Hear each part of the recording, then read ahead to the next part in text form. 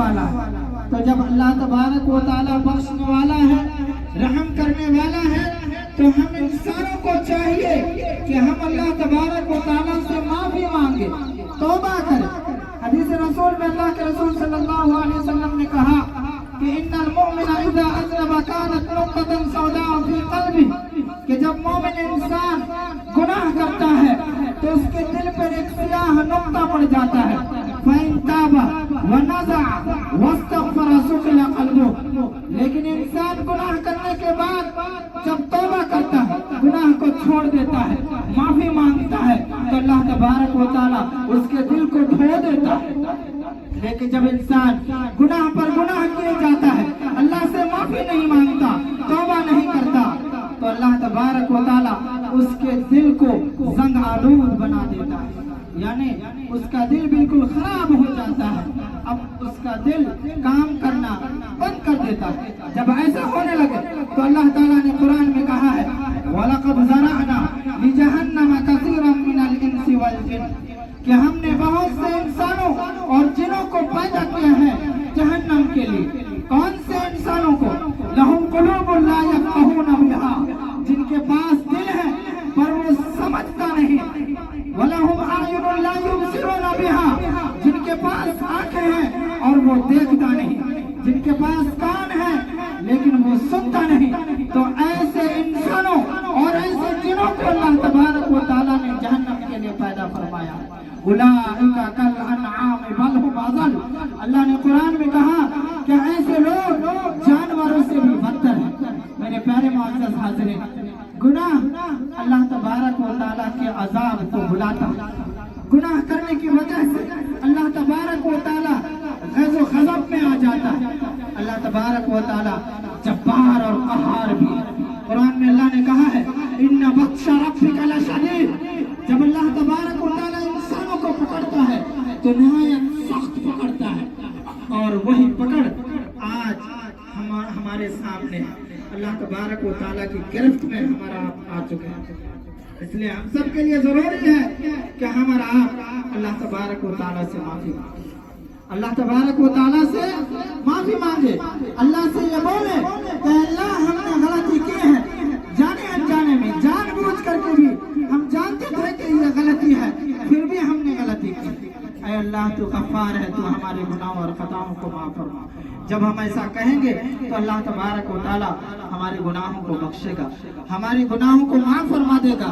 میرے پیارے معزز حاضرین، اللہ نے قرآن میں کہا ہے کہ وَمَنْ أَعْرَضَ عَنْ ذِكْرِي فَإِنَّ لَهُ مَعِيشَةً ضَنْكًا، کہ جب انسان اللہ تبارک و تعالیٰ سے منہ موڑ لیتا ہے، اعراض کر لیتا ہے، اللہ تبارک و تعالیٰ کی عبادت کرنا نہیں چاہتا، اللہ تبارک و تعالیٰ کو یاد نہیں کرنا چاہتا، ذکر نہیں کرتا، تو اللہ نے کہا کہ ہم اس کی زندگی کو تنگ حال کر دیں۔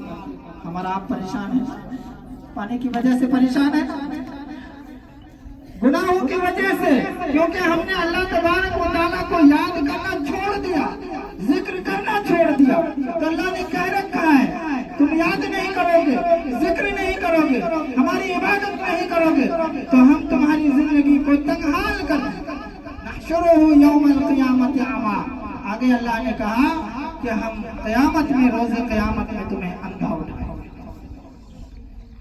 وہ شخص جو بینا تھا، دنیا میں دیکھنے والا تھا، روز محشر میں جب وہ اندھا اٹھایا جائے گا تو وہ کہے گا اپنے رب سے کہ قال رب لما حشرتنی اعمی، اے اللہ میں تو دنیا میں دیکھنے والا تھا، میرے پاس آنکھیں تھی، میں دیکھتا تھا اس سے، آج تو نے مجھے نابینا بنا کر کے کیوں اٹھایا؟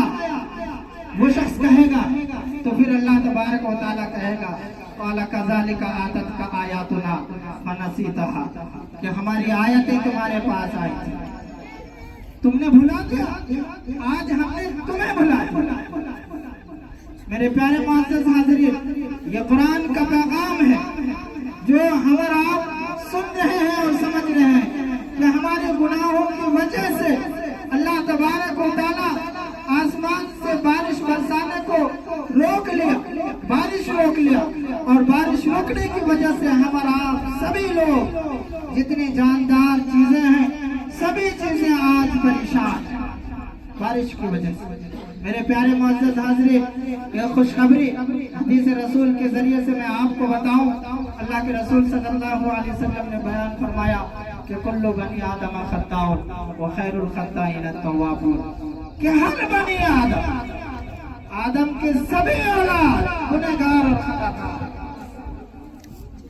آپ کو آدم کا واقعہ بھی سناتا ہوا چاہتا ہوں۔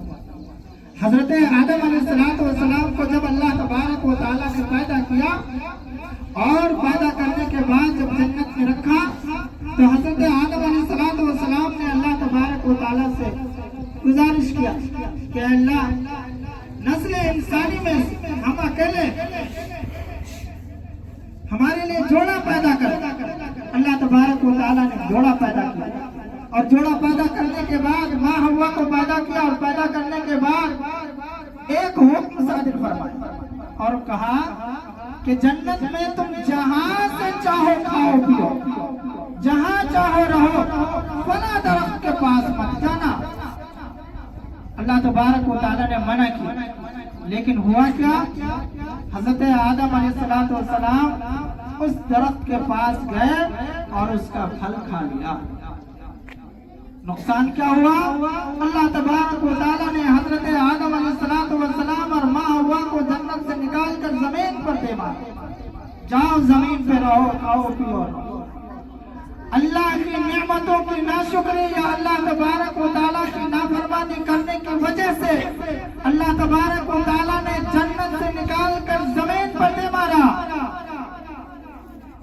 یہ شیطان نے ورغلایا تھا، شیطان نے ورغلایا تھا، اور شیطان کے ورغلانے کی وجہ سے یہ غلطی حضرت آدم علیہ السلام سے ہوئی۔ پھر اللہ تبارک و تعالیٰ سے حضرت آدم علیہ السلام نے کہا، کیا کہا؟ ربنا ظلمنا انفسنا وان لم تغفر لنا وترحمنا لنکونن من الخاسرین۔ جب اللہ تبارک و تعالیٰ سے حضرت آدم علیہ السلام نے کہا کہ ربنا ظلمنا، اے ہمارے رب، ہم نے اپنے اوپر ظلم کیا، ربنا ظلمنا انفسنا وَإِن لَمْ تَغْفِرْ لَنَا، اگر تو معاف نہیں کرے گا، اگر تو معاف نہیں فرمائے گا، وَإِن لَمْ